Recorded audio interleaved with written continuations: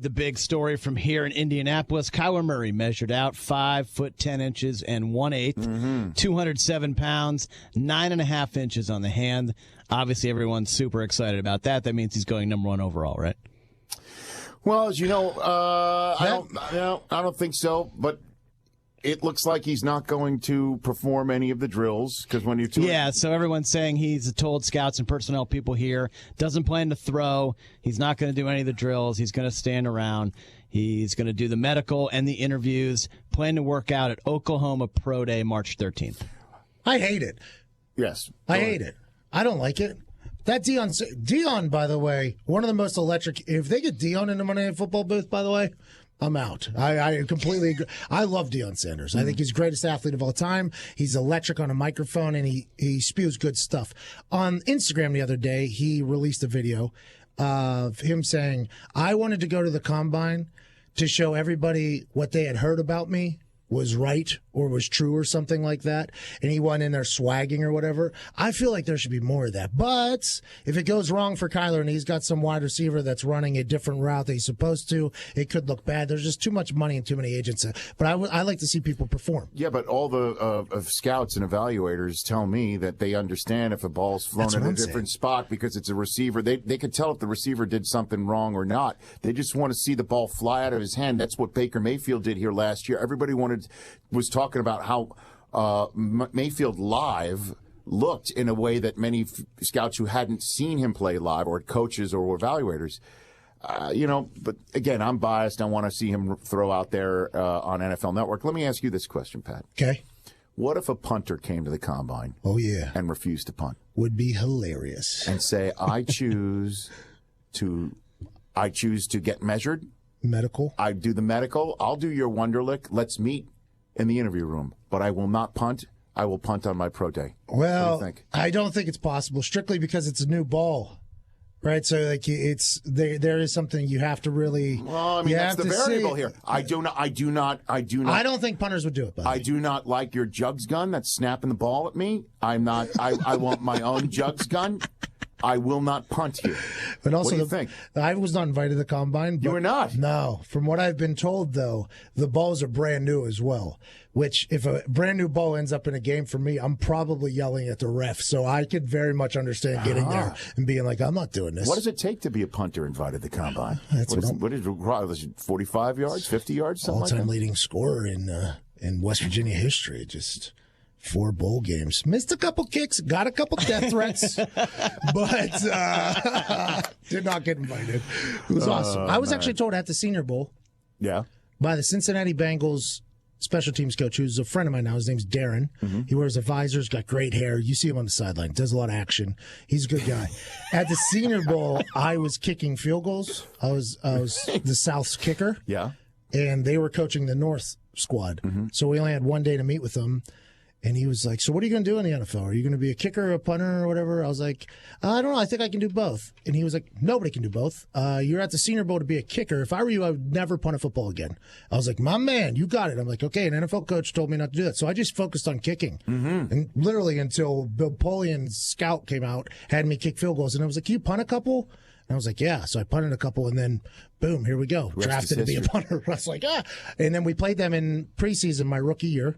Okay. And I'm the punter now for the Colts. And? Oh, I did a nice Vince McMahon strut right over. Good hair, Darren. Right over to him. I said, Darren, never punt a ball again, huh? I mean, that's a good idea, isn't it? He said, I did not think this was going to happen. But did you punt at West Virginia, too? Yeah, but we were rugby punters, so I would catch the ball and just run to my right and just hope that was rolls. Rich Rodriguez stuff, right? Yeah, well, all colleges do it now, but we were doing it back in the day. Yeah. And You're cutting edge. You're cutting edge. Yeah, trailblazer, really. What else you got over there, Chris? Okay, Antonio Brown. If it's a day that ends in Y, it's more Antonio Brown news. He sat down with Jeff Darlington. Wow, so he's talking now. Hey. He's talking now. So the trade talks must not be going to his liking. So the teaser clip that Jeff had tweeted out. Yes, do we have that? Yeah, he addressed Ben Roethlisberger or Kevin Colbert's 52 kids comment about Ben Roethlisberger. Pretty much explain what I already had told everyone.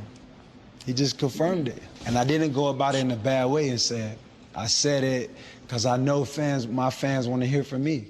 Obviously, I know there's some cultural issues and some, issues that was already at hand that, I already knew, but I couldn't really say that because out of respect for the organization and for the members I work with, I didn't want to put them in an uncomfortable position. What ideally grown man is call another grown man a kid? 52 kids, like you don't have no respect for these guys? Like, these the guys that go to work for you.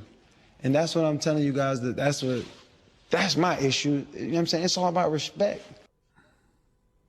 Yeah, I mean, Colbert said yesterday that he referred to 52 kids. That's how he talks about them, is what he said. And he will always say what he says in public, what he says behind closed doors, is that he referred to them as kids because none of them been in the Super Bowl compared to the grown-ass man Ben Roethlisberger, who has.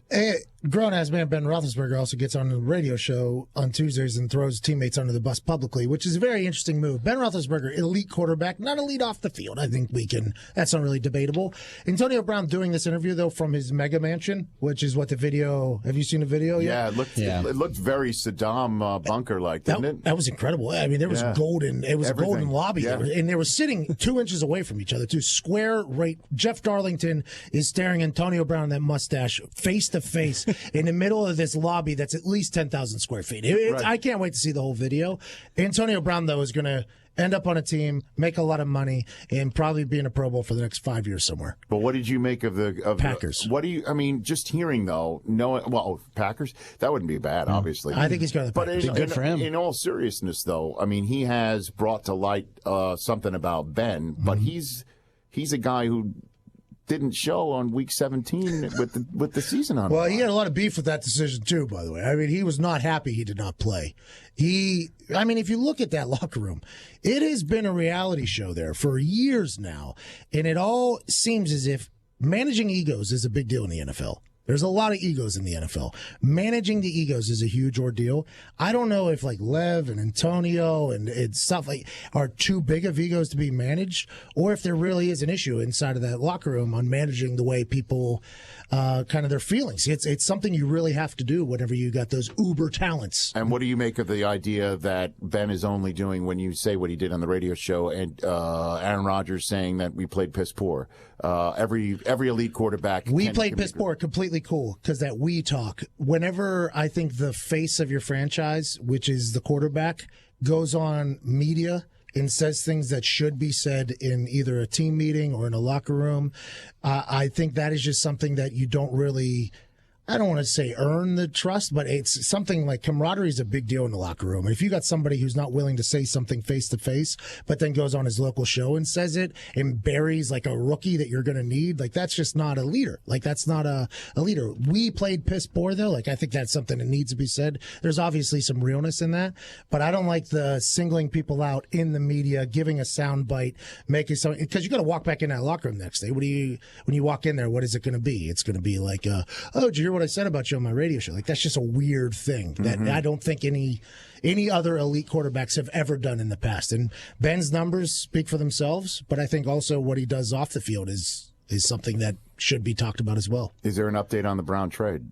He's going to Green Bay. No update. John Lynch, though, one of the teams Antonio Brown, I think, would like to play for the 49ers. Well, I mean, Jerry Rice has said something. Remember, he Instagrammed out a photograph of him wearing the 84. Right. Yeah, so John Lynch was asked about it. This is what he said. It's funny, the world we live in where, one tweet from a player to another turns into interest and all of that. But, hey, that is the world we live in. I can tell you that, like every team in this league, we think the guy's a heck of a football player, but we have not had talks with the Steelers. I can tell you that. For now. Hey, everything's going to be smokescreen. No, I know. Isn't that right? Everything's a smokescreen. It used to be just with draftable players, right? This guy is dumb, so we don't want him. And then it's yeah, we do. We're saying that so other people aren't as interested. We leak that to the media, trying to make other people. I think it's starting to happen with free agents more and more, and this is definitely a case. Everybody would love to have Antonio Brown on their team for the right price. Sounds like he hasn't even had a conversation with him. What do you think? I don't know if that's Lynch seems like a guy that doesn't lie. Lynch doesn't look like a lion Lynch. He doesn't look like a lion Lynch to me, no. He doesn't. So their quarterback, Jimmy Garoppolo, Kyle Shanahan said, on track to participate in organized team activities in June. OTI on track. So he's on track. Okay. Ease him back into action, holding him out of 11 on 11. Imagine if he zags there instead of zigs. Just runs out of bounds. Whole new year for the 49ers. An entirely different year for the 49ers. And a different draft pick. Where they could be lower. Where if they're low enough, they'd be able to flip that for Antonio Brown. They're not flipping second overall for Antonio Brown. No way. No, but the top of the second round for Antonio Brown. Maybe. Oh, because that's an extended first. If you sell it right. You love the extended first. We always love extended first. So Mike Mayock, Raiders GM, gave Derek Carr a vote of confidence yesterday. Gruden backed that up today, saying, he's our franchise quarterback. Let me make that clear. Is that smoke? Man. We said at the end of that. Let me make that clear, man. Hey, something weird happened in Oakland, wasn't it? Something weird was happening out there. This past year? Yeah, the whole leak that the team was judging him for crying. Like, I don't even know why that would leak. Derek Carr, right? Yeah, like, I don't know why that would leak if something didn't happen. Like, something had to have happened for that to leak, I think. And then Gruden, they lose, they're bad, they didn't have a stadium next year. I mean, it's a weird situation. Gruden's never had a quarterback he liked since Rich Gannon, I think, in all honesty. Brad Johnson. I know he did, but I think he finally settled on him until they... He likes the old guys. Yeah, no, I know he won the Super Bowl with Brad Johnson, but it just he constantly churns them. Well, it's because he has those 72-word plays where they got a Y2, spider, Y2, banana, elephant, by the way, you, stop and go, see you later, jackalope. Hold on a second. Let me help you. You cannot denigrate the man whose chair you're taking in the Monday Night Football booth. I said nothing about pulling a rabbit out of my head. I said nothing. Don't denigrate that guy. Wow. Oh my God! Brother Witten's back, by the way. I want Tess. Witten's in football again. He's playing football again. I want Tess and Pat. I want to see it. Okay, Pat, did you hear about this Mike McCarthy story? A lot of people are going to want to see it early. Yeah, I love So Mike McCarthy, former Packers coach, involved in an incident at his stepson's high school basketball game on Wednesday, it's being reported. He can be seen on video following the referees out of the gym and yelling at them. He went up the tunnel? According to the Pulaski High School athletic director, oh my God, quote, some things were said, some language was used that we don't want in our gym, unsportsmanlike language. Officials who worked the game filed a complaint about the incident. I think is that the Al Riveron of Pulaski Sports? Is that what you're saying? Hey, he's the school's AD. Yeah, I think we can all agree here, though. Stepdad of the year, right? Is it? You know, I mean, chewing out a ref for his stepson—that's awesome. First of all, I think we should talk a little bit more about that. Second of all, chasing him to the parking lot. Though? He didn't. I saw the video. Okay. He took like 5 steps. The refs were being escorted off the court, right into their locker room. Mm-hmm. You see a man. Seems to have the silhouette of Mike McCarthy. You see, it was a little blurry. All these surveillance cameras, we catch everything. Yeah, but they're it's not all high like definition. They're not high definition. It's all like Bigfoot stuff. Like you see somebody in like a gas station do something. They're like, "Can you find this man?" It's like, that is a highlighter blob that you just showed us right there. No, we can't find that man. And also, we have 720 on our phones. At least do something like that. But he said something to him. The back ref, you see, definitely say something back. Okay. And then you see him like cook for like a second. And then he gives like 5 steps towards them. 5-step follow's aggressive. Well, then he turns back around. But you got to remember, though, they had already separated a little bit. So I think he didn't want to yell out the unsportsmanlike thing. Unsportsmanlike language. So he got closer, turns around, comes back. Well, when you've got 12 years of being the HC of the Green Bay Packers, you probably have all those sneaky comments. You can get in something without, but he doesn't have a play sheet to hide his lips anymore. I don't know. I feel like refs don't get yelled at enough anymore, I feel like refs just have such an easy life these days, Like those refs in the Saints game in the playoffs, they just have the easiest life. Okay. They are hated. One more on the social media here. So, future Patriots quarterback Josh Rosen mysteriously had everything Cardinals related deleted from his Instagram account. Josh tweeted out that his account was hacked. And that it's all good now. He got it back. However, Cardinals picks still missing on the Instagram account. Oh, the Hebrew Hammer got his Instagram and Twitter hacked? What do you make of that? Instagram. Oh, my God. I am never one of those types that looks to the social media to try and read into what somebody's feelings are about their professional situation. You should. It's not going to.